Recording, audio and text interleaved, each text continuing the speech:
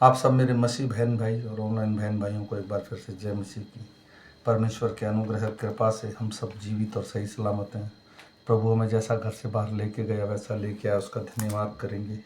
आज तारीख है 24/4/2025 और हम शाम का वचन पढ़ेंगे। मैं बेसिक बाइबल पढ़ता हूँ, सिर्फ बाइबल, तो इसलिए हम पढ़ेंगे दूसरा शमूएल की पुस्तक में से 19 और 20 अध्याय। इसके पढ़े और सुने जाने पर प्रभु की आशीष हो। जो मेरा बहन भाई से सुने, एक दूसरे को शेयर कीजिए। और मैं विश्वास करता हूँ जो मुझे 365 दिन फॉलो करेगा, करीब पूरी की पूरी बाइबल कंप्लीट करेगा। हो सकता है बीच में एक आध दिन रह जाए, लेकिन बाकी पूरी की पूरी बाइबल कंप्लीट। मैं पूरी कोशिश करूँगा कि ये वचन परमेश्वर का हमसे बात करे, हमारी अगुवाई करे। आइए। तब योआब को यह समाचार मिला, राजा अबशलोम के लिए रो रहा है और विलाप कर रहा है। इसलिए उस दिन की विजय सब लोगों की समझ में विलाप ही का कारण बन गई, क्योंकि लोगों ने उस दिन सुना कि राजा अपने बेटे के लिए खेदित है। इसलिए उस दिन लोग उसका मुंह चुराकर नगर में घुसे, जैसे लोग युद्ध से भाग आने से लज्जित होकर मुंह चुराते हैं। और राजा मुंह धापे हुए चिल्ला चिल्ला कर पुकारता रहा, हाय मेरे बेटे अबशलोम, हाय मेरे बेटे अबशलोम, मेरे बेटे। तब योआब घर में राजा के पास जाकर कहने लगा, तेरे कर्मचारियों ने आज के दिन तेरा और तेरे बेटे बेटियों की ओर से तेरी पत्नी और रखेलियों का प्राण बचाया है, परंतु तूने आज के दिन उन सभी का मुंह काला किया है। इसलिए तू अपने बैरियों से प्रेम और अपने प्रेमियों से बैर रखता है। तूने आज यह प्रकट किया है कि तुझे हाकिम और कर्मचारियों की कुछ चिंता नहीं तो आज जान लिया कि यदि हम सब आज मारे जाते और अबशलोम जीवित रहता तो तू बहुत प्रसन्न होता। इसलिए अब उठकर बाहर जा और अपने कर्मचारियों को शांति दे, नहीं तो मैं यहोवा की शपथ खाकर कहता हूँ कि यदि तू बाहर ना जाएगा तो आज रात को एक भी मनुष्य तेरे संग ना रहेगा, और तेरे बचपन से लेकर अब तक की जितनी विपत्तियां तुझ पर पड़ी हैं उन सब से यह विपत्ति बड़ी होगी। तब राजा उठकर फाटक में जा बैठा और सब लोगों को यह बताया गया कि राजा फाटक में बैठा है। तब सब लोग राजा के सामने आए। इस बीच इजराइलियों ने अपने डेरे को भाग गए। इजरायली के सब गोत्रों के सब लोग आपस में यह कहकर झगड़ते थे, राजा ने हमें हमारे शत्रुओं के हाथ से बचाया था और फिलिस्तीसियों के हाथ से उसी ने हमें छुड़ाया, परंतु अब वह अबशलोम के डर के मारे देश छोड़कर भाग गया। परंतु अबशलोम, जिसको हमने अपना राजा होने को अभिषेक किया था, वह युद्ध में मारा गया। तो अब तुम क्यों चुप रहते हो कि राजा को लौट आने की चर्चा क्यों नहीं करते? तब राजा दाऊद ने सदोक और अब्यातार याजक के पास कहलावा भेजा, यहूदी पुरानियों से कह, तुम लोग राजा को भवन पहुंचाने के लिए सब से पीछे क्यों होते हो, जबकि समस्त इजरायलियों की बातचीत राजा के सुनने में आई है कि उसके भवन में पहुंचाएं। तुम लोगों को मेरे भाई वरन मेरी ही हड्डी और मांस हो, और तो तुम राजा को लौटाने के सब के पीछे क्यों होते हो? फिर अमासाह से यह कहो, क्या तू मेरी हड्डी और मांस नहीं? और यदि तू योआब के स्थान पर सदा के लिए सेनापति ना ठहरे तो परमेश्वर मुझसे वैसा ही वरन उससे भी अधिक करे। इस प्रकार उसने सब यहूदी पुरुषों के मन में अपनी ओर खींच लिया और मानो एक ही पुरुष था। अंत उन्होंने राजा के पास कहलावा भेजा, तू अपने सब कर्मचारियों को संग लेकर लौट जा। तब राजा लौटकर यरदान तक आ गया और यहूदी लोग गिलगाल तक गए और उनसे मिलकर उसे यरदान पार ले आए। यहूदियों के संग गेरा का पुत्र ब्यामीनी शिमी भी, जो बहुरीम का निवासी था, फुर्ती करके राजा दाऊद से भेंट करने को आ गया, और उसके संग 1000 ब्यामीनी पुरुष थे। और शाऊल के घराने का कर्मचारी सीबा अपने 15 पुत्रों और 20 दासों समेत वे राजा के सामने यरदान के पार पैदल उतर गए। और एक बेड़ा राजा के परिवार को ले आने और जिस काम में वह उसे लगाना चाहे उसी में लगाने के लिए पार गया। जब राजा यरदान पार जाने पर था, तब गेरा का पुत्र शिमी उसके पांवों पर गिर के राजा से कहने लगा, मेरा प्रभु मेरा दोष का लेखा ना ले, और जिस दिन मेरा प्रभु राजा यरूशलेम को छोड़ आया, उस दिन तेरे दास ने जो कुटिल काम किया उसे स्मरण ना करे, और ना राजा उसे अपने ध्यान रखे, क्योंकि तेरा दास जानता है कि मैंने पाप किया। देख, आज अपने प्रभु राजा के भेंट करने के लिए यूसुफ के समस्त घराने में से मैं ही पहले आया हूँ। तब सरोयाह के पुत्र अभिषै ने कहा, शिमी ने जो यहोवा के अभिषिक्त को शाप दिया था, इस कारण क्या उसका वध करना ना चाहिए? दाऊद ने कहा, हे सरोयाह के बेटों, मुझे तुमसे क्या काम कि तुम आज मेरे विरोधी ठहरे हो? आज क्या इज़राइल में किसी को प्राण दंड मिलेगा? क्या मैं नहीं जानता कि आज मैं इज़राइल का राजा हुआ हूँ? फिर राजा ने शिमी से कहा, तुझे प्राण दंड ना मिलेगा, और राजा ने उससे शपथ भी खाई। तब शाऊल का पोता मपीबोशेत राजा से भेंट करने को आया। उसने राजा के चले जाने के दिन से उसके कुशल क्षेम से फिर आने के दिन तक ना तो अपने पाँव के नखून काटे और ना अपनी दाढ़ी बनवाई और ना अपने कपड़े धुलवाए थे। जब यरूशलेमी राजा से मिलने गए तो तब राजा ने उनसे पूछा, हे मपीबोशेत, तू मेरे संग क्यों नहीं गया था? उसने कहा, हे मेरे प्रभु, हे राजा, मेरे कर्मचारियों ने मुझे धोखा दिया था। तेरा दास जो पुंगू है, इसलिए तेरे दास ने सोचा कि गधे पर काठी कसकर उस पर चढ़ राजा के साथ चला जाऊंगा, और मेरे कर्मचारियों ने मेरे प्रभु राजा के सामने मेरी चुगली खाई है। परंतु मेरा प्रभु राजा परमेश्वर के दूत के समान है, और जो कुछ तुझे भाए वही कर। मेरे पिता का समस्त घराना तेरी ओर से प्राण दंड के योग्य था, परंतु तूने अपने दास को अपनी मेज पर खाने वाले में गिना है। मुझे क्या हक है कि मैं राजा को दुहाई दूं?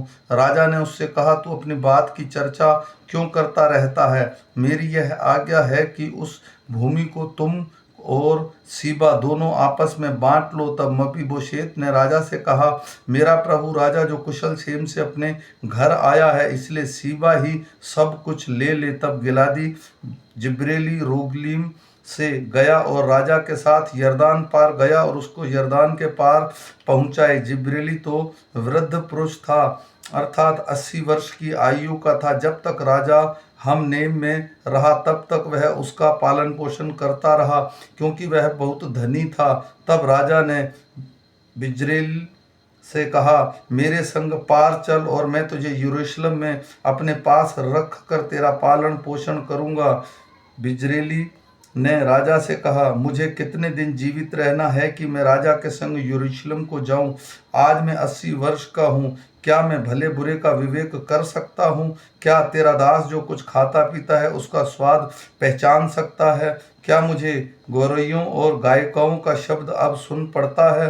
तेरा दास अब अपने प्रभु राजा के लिए क्यों बोझ का कारण हो? तेरा दास राजा के संग यरदान पार ही तक जाएगा। राजा उसको ऐसा बड़ा बदला मुझे क्यों दे? अपने दास को लौटने दे कि मैं अपने ही नगर में अपने माता पिता के कब्रिस्तान के पास मरूं।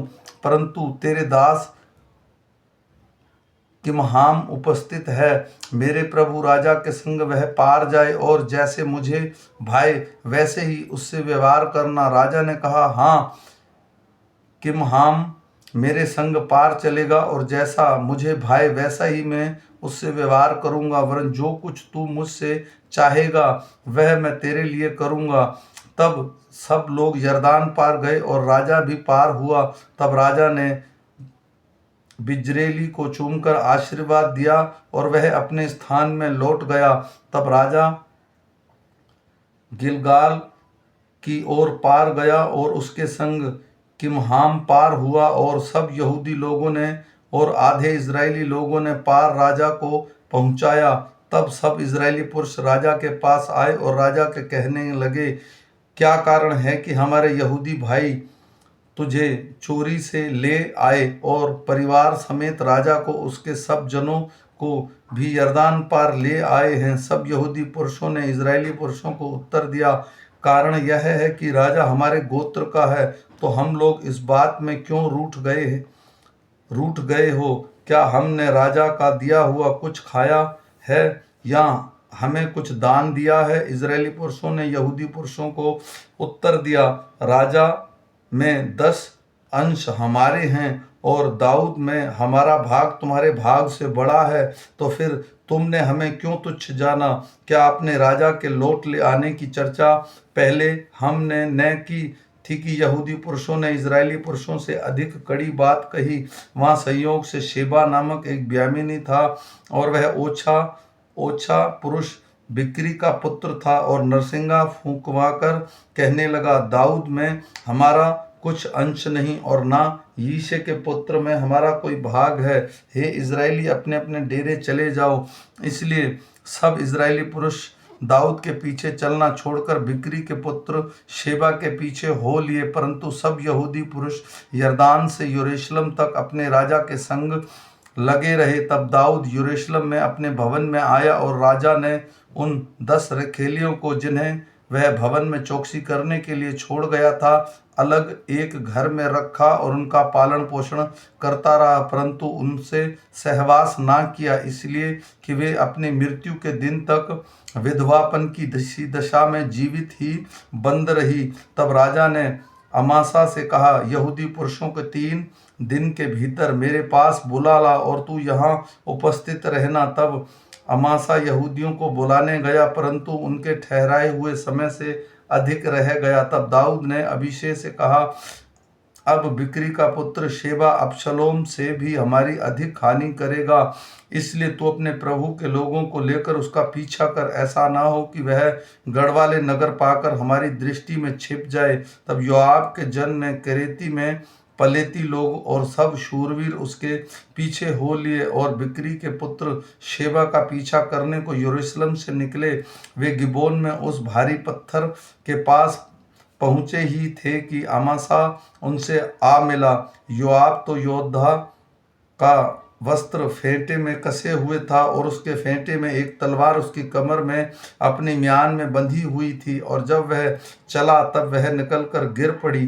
तो योआब ने अमासा से पूछा, हे मेरे भाई, क्या तू कुशल से है? तब योआब ने अपना दाहिना हाथ बढ़ाकर अमासा को चूमने के लिए उसकी दाढ़ी पकड़ी, परंतु अमासा ने उस तलवार को कुछ चिंता ना की जो योआब के हाथ में थी, और उसने उसे अमासा के पेट में भोंक दी।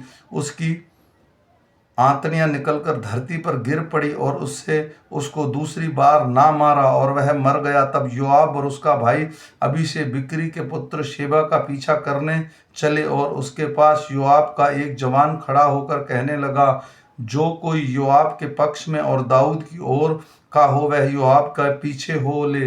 अमासा सड़क के मध्य अपने लहू में लेट रहा था और उसी समय उसने देखा कि सब लोग खड़े हो गए। तब अमासा को सड़क पर से मैदान में उठा ले गए, क्योंकि देखा कि जितने उसके पास आते थे वे खड़े हो जाते थे। तब उसने उसके ऊपर एक कपड़ा डाल दिया और उस सड़क पर से सरकाए जाने पर सब लोग बिक्री के पुत्र शेबा का पीछा करने को योआब के पीछे हो लिए। शेबा सब इजरायली गोत्रों को लेकर अबेल के बेतमाका और बेरियों के देश में पहुंचा और वे इकट्ठे होकर उसके पीछे हो लिए। तब योआब के जन उसके बेतमाका के अबेल के घर में घेर लिया और नगर के सामने टीला खड़ा किया। वह शहरपनाह से सट गया और योआब के संग के सब लोग शहरपनाह से गिरने के लिए धक्का देने लगे। तब एक बुद्धिमान स्त्री ने नगर से पुकार कर कहा, सुनो सुनो, योआब से कहो कि वह यहाँ आए ताकि मैं उससे कुछ बात करूं। जब योआब उसके निकट गया तब स्त्री ने पूछा, क्या तू योआब है? उसने कहा, हाँ मैं वही हूँ। फिर वह उससे कहा, अपनी दासी के वचन सुन। उसने कहा, मैं सुन रहा हूँ। वह कहने लगी, प्राचीन काल में लोग कहा करते थे कि अबेल में पूछा जाए और इस रीति झड़ते को निपटा देते थे। मैं तो मिलाप वाले और विश्वास योग्य इजराइलियों में से हूँ, परंतु तू एक प्रधान, एक नष्ट करने वाले का यत्न करता है। तू यहोवा के भाग को क्यों निगल जाएगा? योआब ने उत्तर देकर कहा, यह मुझसे दूर हो, दूर, मैं निगल जाऊं या नष्ट करूं? बात ऐसी नहीं है। शेबा नामक एप्रेमी के पहाड़ी देश का एक पुरुष जो बिक्री का पुत्र है, उसने दाऊद राजा के विरुद्ध हाथ उठाया है। अंत तुम लोग केवल उसको सौंप दो, तब मैं नगर को छोड़कर चला जाऊंगा। स्त्री ने योआब से कहा, उसका सिर शहरपनाह पर से तेरे पास फेंक दिया जाएगा। तब स्त्री अपनी बुद्धिमानी से सब लोगों के पास गई। तब उन्होंने बिक्री के पुत्र शेबा का सिर काटकर योआब के पास फेंक दिया। तब योआब ने नरसिंगा फूंका और सब लोग नगर के पास अलग अलग होकर अपने डेरे को गए। योआब यरूशलेम को राजा के पास लौट गया। आमीन।